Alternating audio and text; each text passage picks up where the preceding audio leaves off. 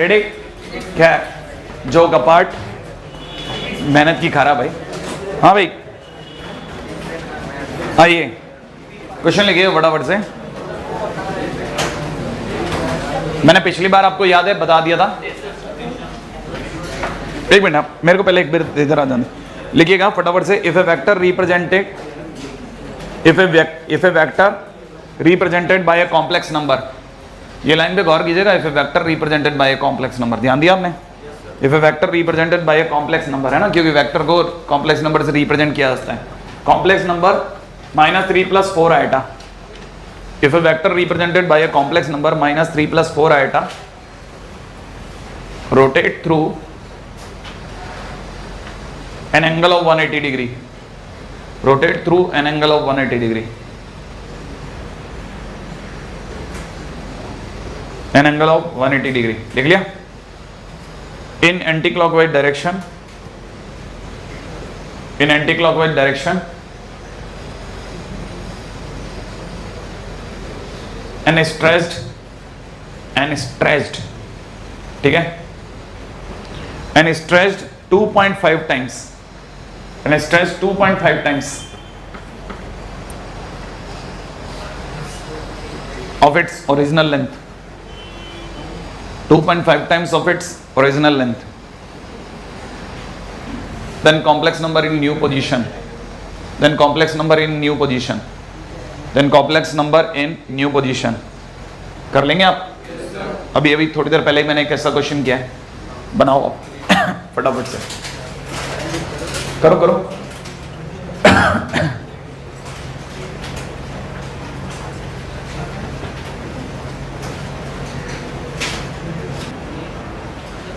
क्यों मैंने आपको ये बताया था अभी थोड़ी देर पहले कि Z2 जो है वो नई पोजीशन में होगा, सही है? अच्छा, और आपको ये भी पता होगा कि आज के टाइम पे इसका मॉड, ये Z1 है भाई अपना, Z1 अगर इतना है तो मॉड Z1 इज टू कितना होगा? 5, सही है ना भाई? तो Z2 इज टू में mod Z2 upon mod Z1 into Z1 into e की पावर कितना घुमाया गया? आयोटा पाई। श्योर है आप? तो Z2 की जगह यहाँ पे लिख देता हूँ 2.5 टाइम्स Z1 अपॉन में कितना? मॉड Z1, यही है ना? इंटू में e की बार आइटा पाई की जगह पे cos pi plus iota sin pi, ये लिखूंगा।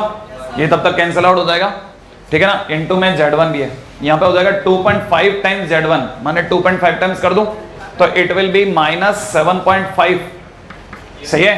2.5 की इससे मल्टीप्लाई प्लस में 10 आयोटा मल्टीप्लाइड विद इससे मल्टीप्लाई करते ही -1, सही है?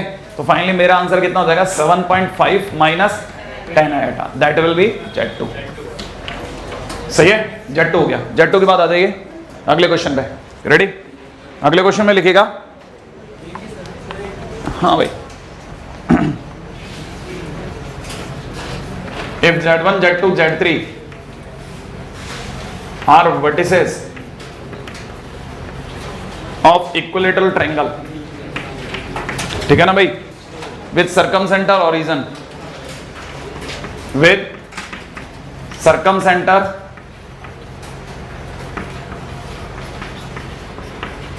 origin, लिख लिया? If Z1 is equal to 1 + 3 iota √3 iota, then Z2, Z3 is equal to question mark। हाँ भाई, अब पहले एक मिनट इसको समझ लेना। ये Z1, Z2, Z3 कौन है भाई? किसके वर्टिसेस हैं? इक्विलैटरल ट्रायंगल, है ना भाई? इक्विलैटरल ट्रायंगल में तीनों साइड्स बराबर, ये वाला Z1, ये वाला Z2, ये वाला Z3। अच्छा, इनका सर्कमसेंटर होगा वही सेंट्रॉइड भी होगा, सही है ना भाई? अगर ये वाली बात सही है तो इसका मतलब ये दूरी और ये दूरी बराबर है।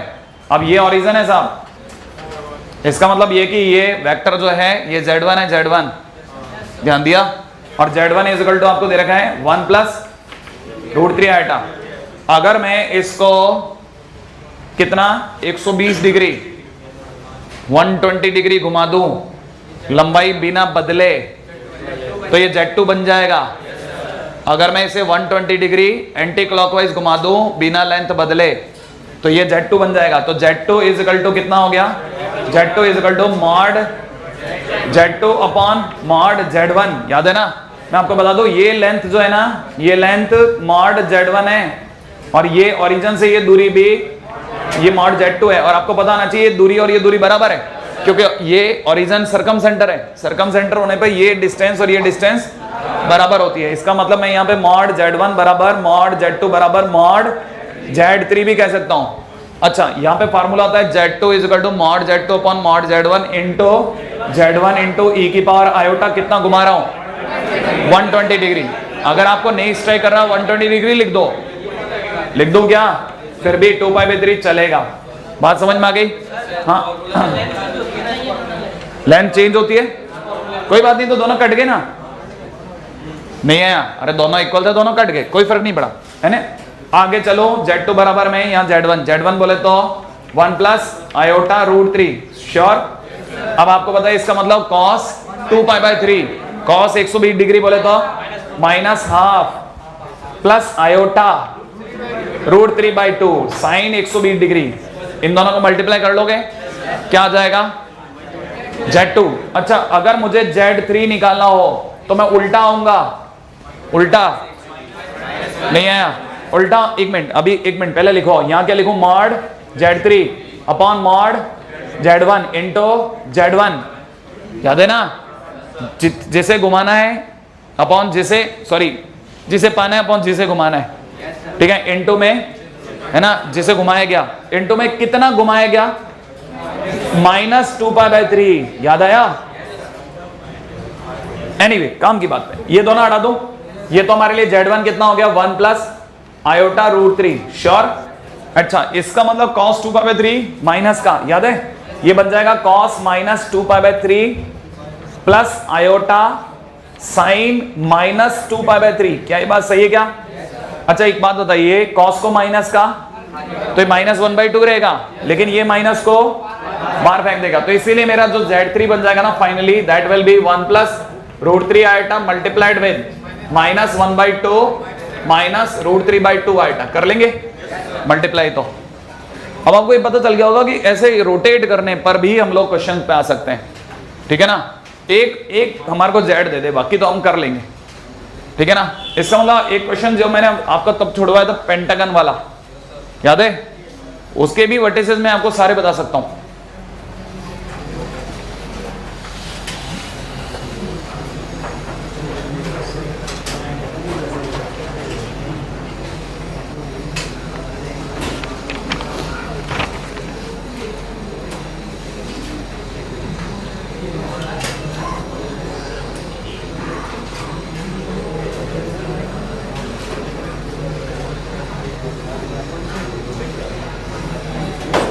लिखिएगा आगे,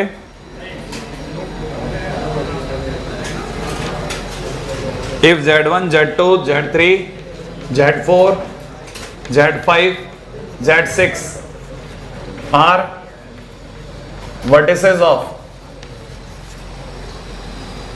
regular hexagon,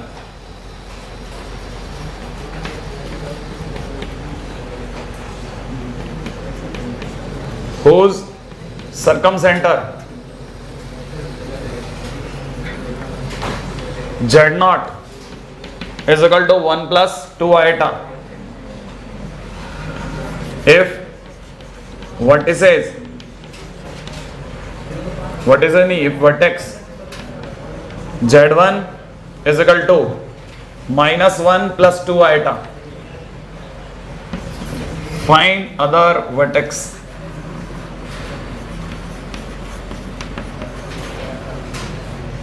अब की बार अपनी स्टोरी में हेक्सागन आ गया।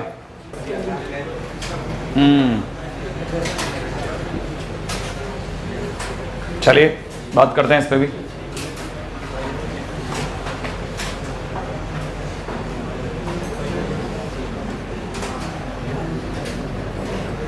करें? हाँ भाई, Z1 Z2 Z3 Z4 Z5 Z6 are the vertices of regular hexagon.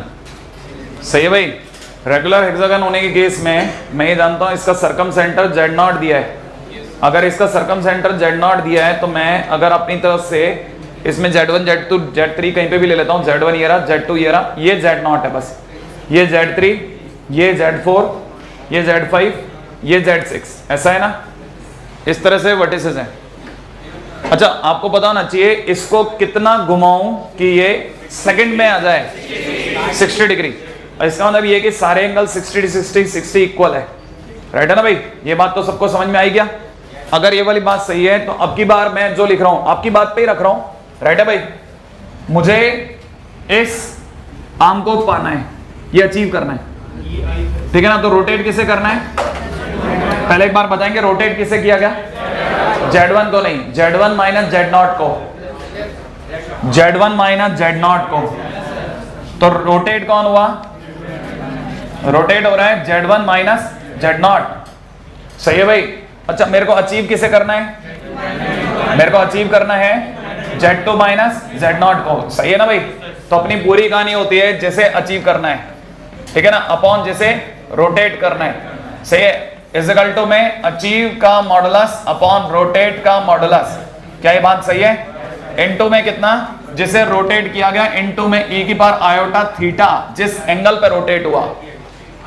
ये समझ में आता है। तो इसका मतलब ये कि जिसे अचीव करना है that is Z2 minus Z0 upon में कितना Z1 minus Z0 equal to में ये दोनों बाई चांस बराबर हैं, क्या ये बात सही है। ये लेंथ और ये लेंथ बराबर है, तो मैं इस पे बात ही नहीं कर रहा। इनटू में रोटेशन, रोटेशन किसका हुआ Z1 माइनस Z0 इनटू में e to the power iota π/3, सही है। अब अपन इस पर आ जाते हैं। Z2 माइनस Z0 मुझे नहीं पता, लेकिन मुझे बहुत अच्छे से पता है कि Z2 माइनस Z0 की जगह मैं वैल्यू फिल कर दूंगा, सही है ना भाई। अच्छा अब ये छोटी मोटी जो मेरे को करेक्शंस की जिनकी जरूरत है तो वो आप बता दे तो और बढ़िया लगेगा, ठीक है ना भाई। ये Z1 माइनस Z0,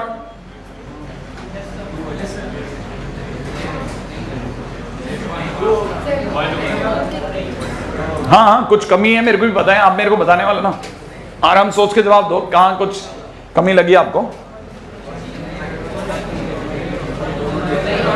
हाँ क्या नहीं होगा, क्या नहीं होगा, क्या नहीं होगा, याद आया आपको। हाँ अरे वो फार्मूला तो याद करो, फार्मूला था Z2 इक्वल टू Z2 का mod upon Z1 into mod Z1 into e की पावर आयोटा अल्फा, नहीं आया। तो ये अचीव अपॉन रोटेट नहीं होता, जिसे अचीव करना है equal to achieve upon rotate into e की पावर आयोटा थीटा होता है। अब आप, मैं वही कह रहा हूं ना, आप ध्यान से देखो ना, क्या कंफ्यूजन का दौर है, कुछ भी नहीं है, ठीक है ना। तो आप यहां लिख रहे हो Z2 माइनस Z0, सही है क्या भाई, नहीं है। इक्वल टू में इतना लिख दो। अच्छा Z2 माइनस Z0 में Z2 माइनस Z0 की जगह पे क्या भरना है, Z2 की जगह 1 प्लस 2 आयोटा, वो मैं भर देता हूं। Z1 माइनस Z0 का मतलब 1 plus 2 iota minus 1 plus 2 iota, sure है, ये भर दिया। इनटू में e की पावर, ठीक है ना, इनटू में कितना a to the power iota π/3, e to the power iota π/3 को भी मैं लिख देता हूं cos π/3 प्लस आयोटा sin π/3, भर देंगे क्यों। Z2 माइनस Z0 उल्टा भर दिया, हाँ शायद उल्टा, सही करा है बच्चा। Z1 माइनस Z0 है ना, -1 प्लस 2 आयोटा और 1 प्लस 2 आयोटा, सही है भाई। अच्छा फिलहाल क्या बचा, माइनस, ये दोनों तो कैंसिल हो गए, -2 इनटू में कितना, इससे मल्टीप्लाई करता हूं तो सीधे मल्टीप्लाई भी कर रहा हूं, -1 माइनस आयोटा √3, सही है भाई। और प्लस ये वाला भी इधर आ गया है, ये वाला इधर आ गया 1 प्लस 2 आयोटा इक्वल टू कितना Z2, ये Z2 बन गया अपना, सही है। अब तुम मेरे को बताओ, Z2 तो आ गया, ठीक है ना भाई। Z2 अगर आ गया तो Z3 कैसे आएगा, हाँ Z2 के लिए इसको निकालने की जरूरत नहीं। मान लो मेरे से किसी ने Z3 पूछा होता तो मेरी तरफ से आंसर होता Z3 minus Z0 equal to में, ठीक है ना, Z1 माइनस Z0 इनटू में e to the power iota कितना 2π/3, 120 डिग्री घुमा देता भाई। इस आर्म को 120 डिग्री घुमा, यहां जाओगे तो मैं अलग अलग चीजें क्यों निकालू, एक साथ में एक ही टाइम पे एक ही साथ बहुत सारी चीजें निकाली जाती, बन जाएगा। अच्छा और पीछे वाले आर्म को निकालने के लिए माइनस में चल जाओ, पीछे वाले में इसमें भी माइनस चले जाओ 120 डिग्री तक, तो ये रेंज पहुंच जाएगी।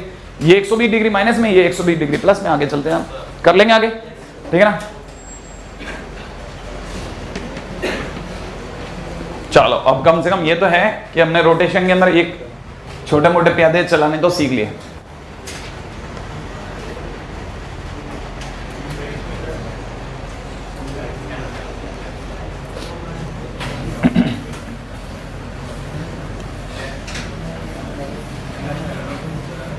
हाँ भाई चलें आगे।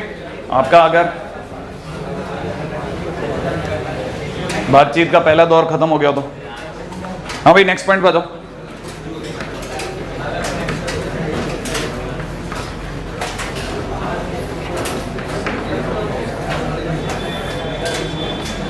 अब आप क्या करा करो, पैरेलली कॉपी भी करते रहा करो बीच बीच में ना। हाँ क्योंकि है ना ये ऐसे शांत नहीं बैठेंगे ना, या तो एक आदि को टोकना पड़ेगा, वो इन्हें अच्छा नहीं लगेगा, मतलब जाते हैं टाइम क्यों टोके अपन। ठीक है हाँ भाई centre form of a circle है ना।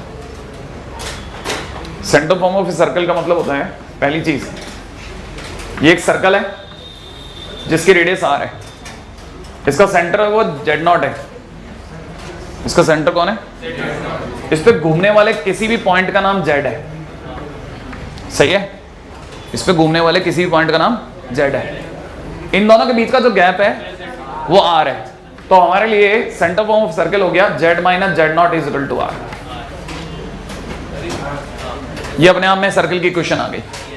तो सर्कल की equation is equal to z minus z0 is equal to r। ये बात समझ में आई? मान लीजिए किसी ने मेरे को कह दिया z minus 1 is equal to 2, तो मैं समझ जाऊंगा कि इस समय पे इसका सेंटर जो होगा, ठीक है ना, सेंटर 1,0 होगा और रेडियस कितनी होगी? रेडियस 2 हो जाएगी। अगर किसी ने मेरे को लिख दिया z plus 3 plus 4 iota is equal to 5, सही ना भाई, तो मैं समझ जाऊंगा इसका जो सेंटर है, इसका सेंटर इज इक्वल टू कितना बोल दूंगा? -3, -4 और रेडियस कितनी हो जाएगी? 5। आप ही कॉपी करते चला ना, छोटी मोटी चीजें कॉपी होती जाए, है ना।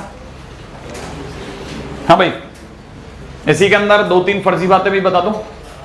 z माइनस z0 अगर लेस देन r है तो आप समझ जाएं कि इस समय पर आप इनसाइड सर्कल की बात कर रहे हैं।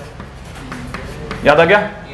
अगर by the way z minus z0 is greater than r की बात कर रहे हैं तो इसका मतलब आप आउटसाइड सर्कल की बात कर रहे हैं। राइट है? अगर बाय द वे आप mod z is in between, ठीक है ना, 1 और 3 लिखा हुआ है, तो इसका मतलब ये कि अब आप दो सर्कल के बीच की बात कर रहे हैं जिनमें एक की रेडियस 1 है और एक की रेडियस 3 है, और आप इस एरिया की बात कर रहे हैं। सही है? Next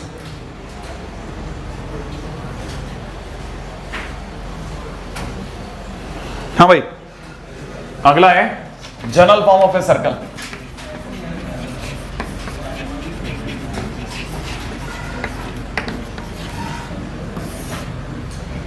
general form of a circle, देखिए general form of a circle के लिए कुछ छोटी छोटी बातें आपको स्ट्राइक करनी चाहिए तभी हो पाएगा। ठीक है, मैं आपसे पहले पूछ लेता हूं z is equal to x plus iota y, अभी अपने को ध्यान है ना, z is equal to x plus iota y. अच्छा, अगर मैं आपसे पूछूं कि z bar is equal to x minus iota y, भी पता है? पता ही होगा। अच्छा ये बता दीजिए कि अगर मैं आपसे पूछता हूं z plus z bar divide by 2, तो ये पता है आपको x होता है? ये यूं समझिए z plus z bar is equal to 2x होता है। अच्छा, साथ में अगर मैं आपसे पूछूं z minus z bar is equal to कितना होता है? 2 आयोटा y होता है। इसका मतलब मैं आपको ये बोलूं कि z 2y बराबर होता है minus iota into z minus z bar.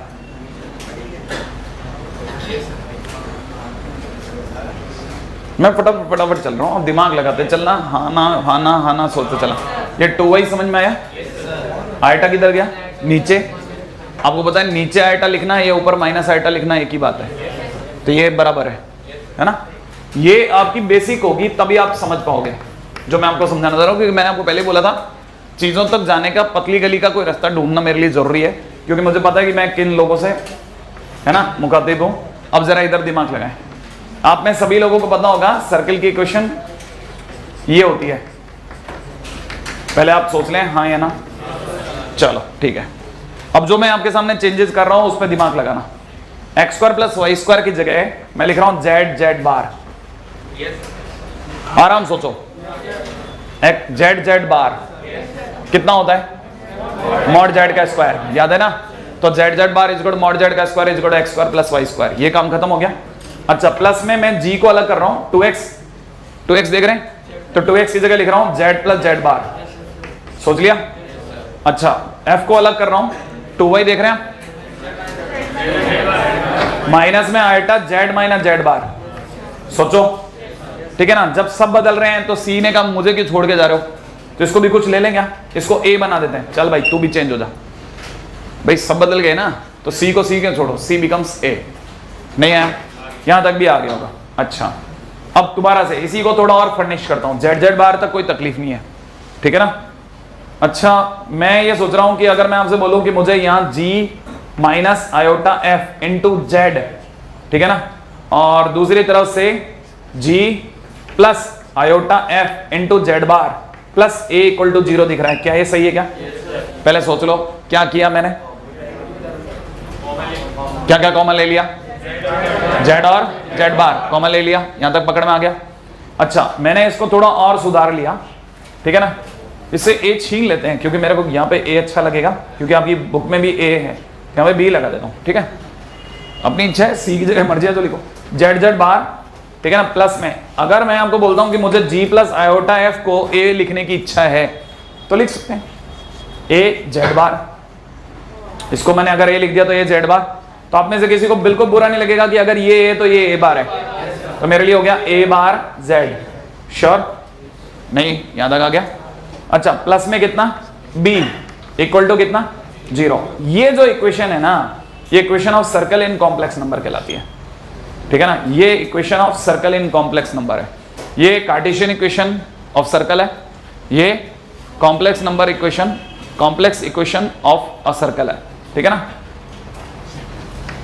This is equation of circle, ये जनरल फॉर्म है ना।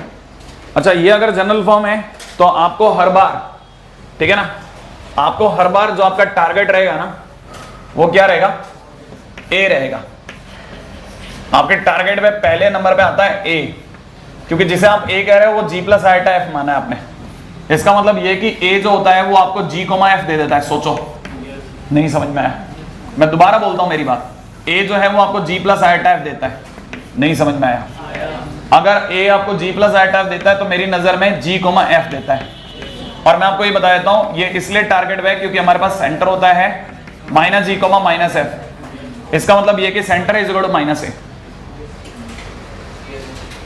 अभी भी पकड़ में नहीं आ गया, अगर ये बात पकड़ में आ गई तो अगले नंबर है, पहला टारगेट खत्म हो गया, सेकंड टारगेट पे आ रहा हूं, सेकंड टारगेट होती है रेडियस, बच्चे को होता है रेडियस, तो सर जी स्क्वायर प्लस माइनस सी होती है, सही है भाई अगर ये a है, ठीक है ना, तो g square plus f square is equal to mod a का स्क्वायर है, आराम सोचो इसका मॉड कितना होता, मॉड a कितना होता, अंडर रूट जी स्क्वायर प्लस, तो ये इसका स्क्वायर है क्योंकि अंडर रूट नहीं है इसमें, g square plus f square simple है।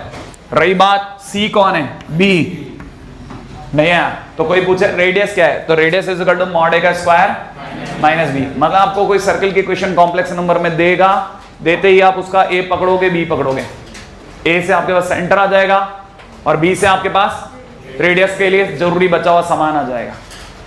क्या कहानी पकड़ में आ गई? मेरे को नहीं लगता दुनिया में इससे ज्यादा कोई पतली गली होगी सर्कल तक पहुंचने की, क्योंकि अगर आपने असली गली देख ली तो आपका बचे हुए होश उड़ जाते पक्का, ठीक है ना। ये अपन यहां से बहुत आराम से स्मूथली बाहर आ गए। एनीवे काम की बात पे आता हूं, ठीक है ना। क्वेश्चन में दिमाग लगाना, जेड जेड बार प्लस यहां दे रखा 2 माइनस आयोटा जेड प्लस यहां दे रखा 2 प्लस आयोटा जेड बार, सही है भाई, -4 इक्वल टू 0। आप में से कितने लोग इसका ए पहचान सकते हैं? इसमें ए कौन है, जेड के साथ वाला या जेड बार के साथ वाला? बिल्कुल सही बात, आपने इसका ए पहचाना। ए इज इक्वल टू कितना है, 2 प्लस आयोटा, देख लिया। आप जल्दी से इसका बी बोल दें, बी -4। आप जल्दी से इसका सेंटर बोलिए, -2 कमा -1, दैट्स इट, सही है। अच्छा जल्दी से इसका रेडियस पाते हैं, रेडियस इज इक्वल टू इसका स्क्वायर 4, इसका स्क्वायर 1 और ये -4, बोले तो रेडियस कितनी आई 1। अब मेरे को जल्दी से इसकी कार्टेशियन इक्वेशन बोलिए। अरे इसका कार्टेशियन इक्वेशन है x+2 का प्लस y+1 का, नहीं है। अरे सेंटर पढ़ो और रेडियस पढ़ो तब भी आप इक्वेशन नहीं बता सकते। रेडियस कितना है 3 आ रहा है क्या? अच्छा माइनस माइनस भी है, सॉरी मैंने इसका माइनस लिया ही नहीं। तो ये कितना हो जाएगा 3, तो यहाँ कितना हो जाएगा 3 का स्क्वायर। क्या ये बात सही है? नहीं आया। तो ये आपके पास में इक्वेशन ऑफ सर्कल भी आ गया है ना। चलो आगे अगले क्वेश्चन की ओर भागें।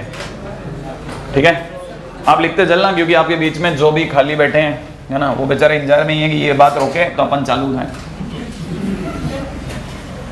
अच्छा नहीं लगता यार, अब इस उम्र मतलब आप लोग बड़े हो गए, टोका टकी कहाँ अच्छी लगती है। ठीक है,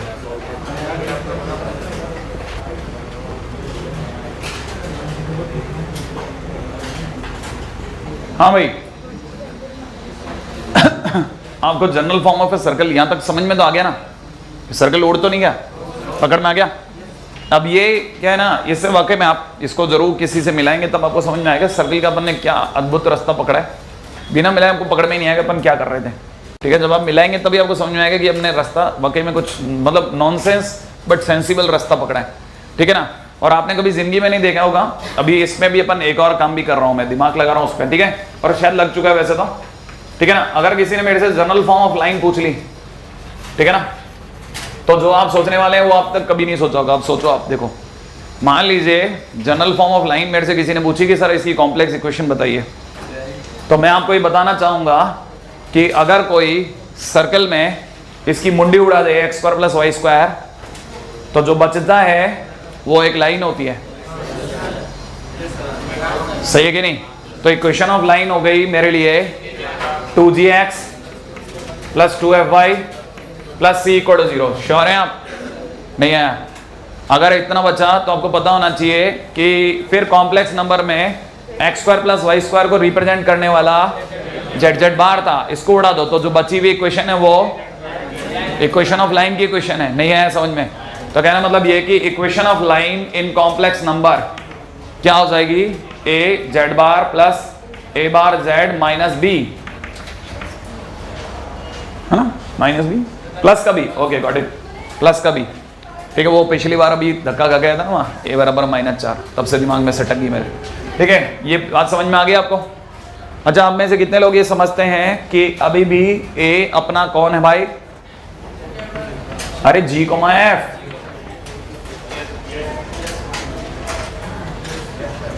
नहीं है? जी कोमा एफ यहां थोड़ी सी पेच उलझा हुआ है। अब अगर आप प्यार से इसमें से भी बिल्कुल धीरे से धागा निकालना चाहें तो फिर सोचा जा सकता है। ठीक है ना, अपना ए कितना है, जी प्लस आयटा है, ये तो पता है ना। ए बार कौन है भाई? जी माइनस आयटा है, यही है ना? नहीं है? यहां तक की बात पकड़ में आ गई। अब मैं आपसे एक बात पूछता हूं कि मेरे को बताइए, क्या आपको लगता है g is equal to a plus a bar divide by 2? नहीं है? इसके अंदर भी 2 को छीन लेता हूं, 2g कर देता हूं। इस 2g क्यों? क्योंकि एक्चुअल इक्वेशन होती है लाइन की ax plus by plus c बराबर 0। याद आया? a कौन है? 2g। तो जैसे आपको लाइन दिए जाए आप a और a बार पे हमला कर दो। a प्लस a बार आपका कोफिशिएंट ऑफ x है। अरे a plus a bar 2g है, 2g माने कोफिशिएंट ऑफ, नहीं आया समझ में? हाँ, मैं तो एकदम स्ट्रेट खेल रहा हूं। ठीक है ना, सीधे बल्ले से 2f। अब 2f कैसे निकालें? 2f बराबर हो जाएगा, बड़े ही ध्यान से सोच के जवाब देना। ये मेरे को माइनस आयटा लगाना पड़ रहा है। लॉजिक आप में से कुछ लोग ही सोच पाएंगे कि मैंने माइनस आयटा क्यों लगाया है। क्यों? अभी सिखाया था ना, जब हम लोग इसको माइनस करते हैं तो माइनस करने पर z माइनस जेड बार बराबर में 2 आयोटा y आता है। तो ये जो 2y चाहिए तो आयटा का डिवाइड लगाना पड़ता है ना। तो आयटा का डिवाइड लिखो या माइनस आयटा की मल्टीप्लाई लिखो, एक ही बात है। नहीं है? तो 2f निकालने के टाइम पे भी आयटा का मल्टीप्लाई करना पड़ेगा। नहीं समझ में आया? माइनस आयटा का कहानी पकड़ में आ गई। And that will be your coefficient of y। अच्छा, लेकिन सर मेरे को क्या जरूरत है इन सब की? ठीक है ना, अरे पूछने वाला एकदम भोला प्रश्न पूछेगा तो तब भी लटक जाएगा। वो तो पूछेगा स्लोप बोल जा। सही है ना? चल कुछ मत बोल, लाइन पड़ी है, लाइन दे रहा हूं तेरे को कॉम्प्लेक्स में, स्लोप ही बोल दे, चल बाढ़ में जान दे बाकी सब बातें। तो तेरे को याद तो आएगा कि स्लोप बोले तो minus coefficient of x, minus में coefficient of x divide by नीचे कितना कोफिशिएंट ऑफ y। कोई मुश्किल तो नहीं लग रही आपको, है ना? मैं कोशिश कर रहा हूं, मतलब पूरे अपन इसमें ऑरा क्रिएट कर रहे हैं कि भाई अपन इसमें मुश्किल नहीं हो जाए, नहीं तो क्या है इसमें बच्चा बिदक के भाग जाता है, फिर पकड़ में नहीं आता हमारे। ठीक है, माइनस कोफिशिएंट ऑफ x देख लिया आपने, a plus a bar upon में कितना minus iota a minus A bar, minus minus plus 1 upon iota, फिर ऊपर गया माइनस आयोटा हो गया। बाकी तो आप फिर भी संभाल ही लोगे। चलो इसके आगे भी यहाँ तक तो पकड़ में आ गया, ठीक है ना? अच्छा सर एक इक्वेशन ऑफ आप दिखा तो दो, तो पहले तो ये बता दूं कि आपको ये इस पूरी बोर्ड पे कहीं इक्वेशन ऑफ सर्कल दिखा पाया मैं? कोई है अपने पास एग्जांपल या नहीं है? कहाँ है? ये रहा क्वेश्चन में, ये देखो आप 2 plus 2 minus iota 2 plus iota, ये इक्वेशन ऑफ सर्कल ऐसे दी जाएगी। इसीलिए कि 2 क्वेश्चन मेरे को छोड़ने पड़ गए आपके, क्योंकि उनमें इक्वेशन ऑफ सर्कल ऐड हो रही थी और मैंने बताया नहीं, तो फिर कैसे उठा लूं? ठीक है, फिर भी आप में से कई लोग कह रहे थे चलो सर आप उठा लो, आप तो कर दो। अरे नहीं भैया, वो आपको राज तभी मजा आएगा जब आप एक बार देख लोगे ऐसा मुश्किल है क्या।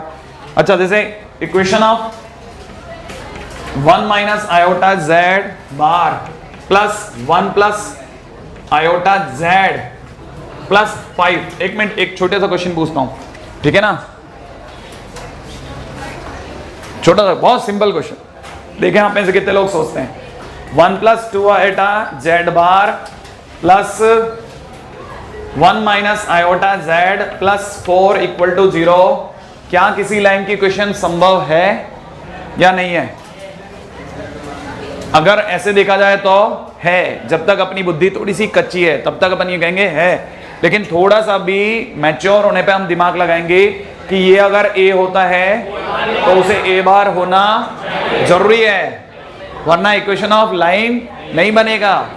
कहानी पकड़ में आ गई? नहीं आई? तो आपको ये बात समझ में आ गई, इक्वेशन ऑफ लाइन तो कतई नहीं है, कुछ और होगा तो होगा सर। सही है ना? ये बात पकड़ में, इतनी बात पकड़ में आ रही है ना? अब आप में से कितने लोग ये पकड़ गए कि अपने पास इक्वेशन ऑफ लाइन आ गई? क्वेश्चन क्या था? क्वेश्चन में ये पूछ रहा है कि पहली बात तो change in Cartesian equation, change in Cartesian equation, क्योंकि अगर कार्टेशियन इक्वेशन में बदल दी तो मर जाए, तो पूछो स्लोप पूछो, जो पूछना है, कहां से गुजरी किधर से गुजरा सब बता देंगे, क्योंकि वो तो फिर अपना इलाका है।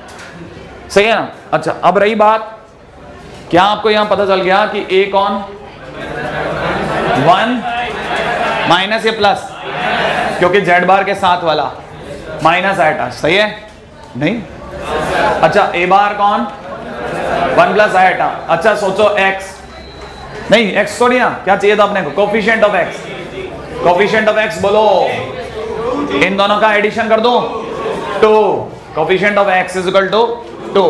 अब आते हैं कोफिशिएंट ऑफ y, रुक करके बोलने का, रुको, माइनस आयोटा a माइनस ए बार लिख रहा हूं, a माइनस, इसमें से इसको घटाओ, अरे इसमें से इसको घटाओ, 1 1 कट गया, क्या बचा माइनस 2 आयोटा, तो लिख दो minus iota into minus 2 iota, बोले तो माइनस 2 कोफिशिएंट ऑफ y। तो लाइन की इक्वेशन क्या हो गई?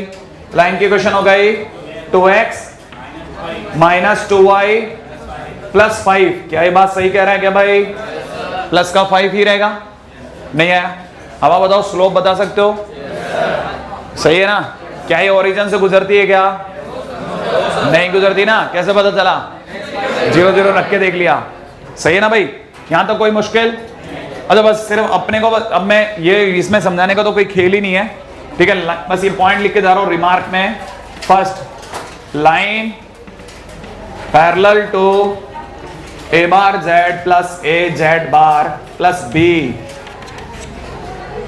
अगर कोई कहे कि आप तो लाइन बताओ इसके पैरेलल क्या होगी, ठीक है ना? तो remember line will be A bar z plus a z bar plus के।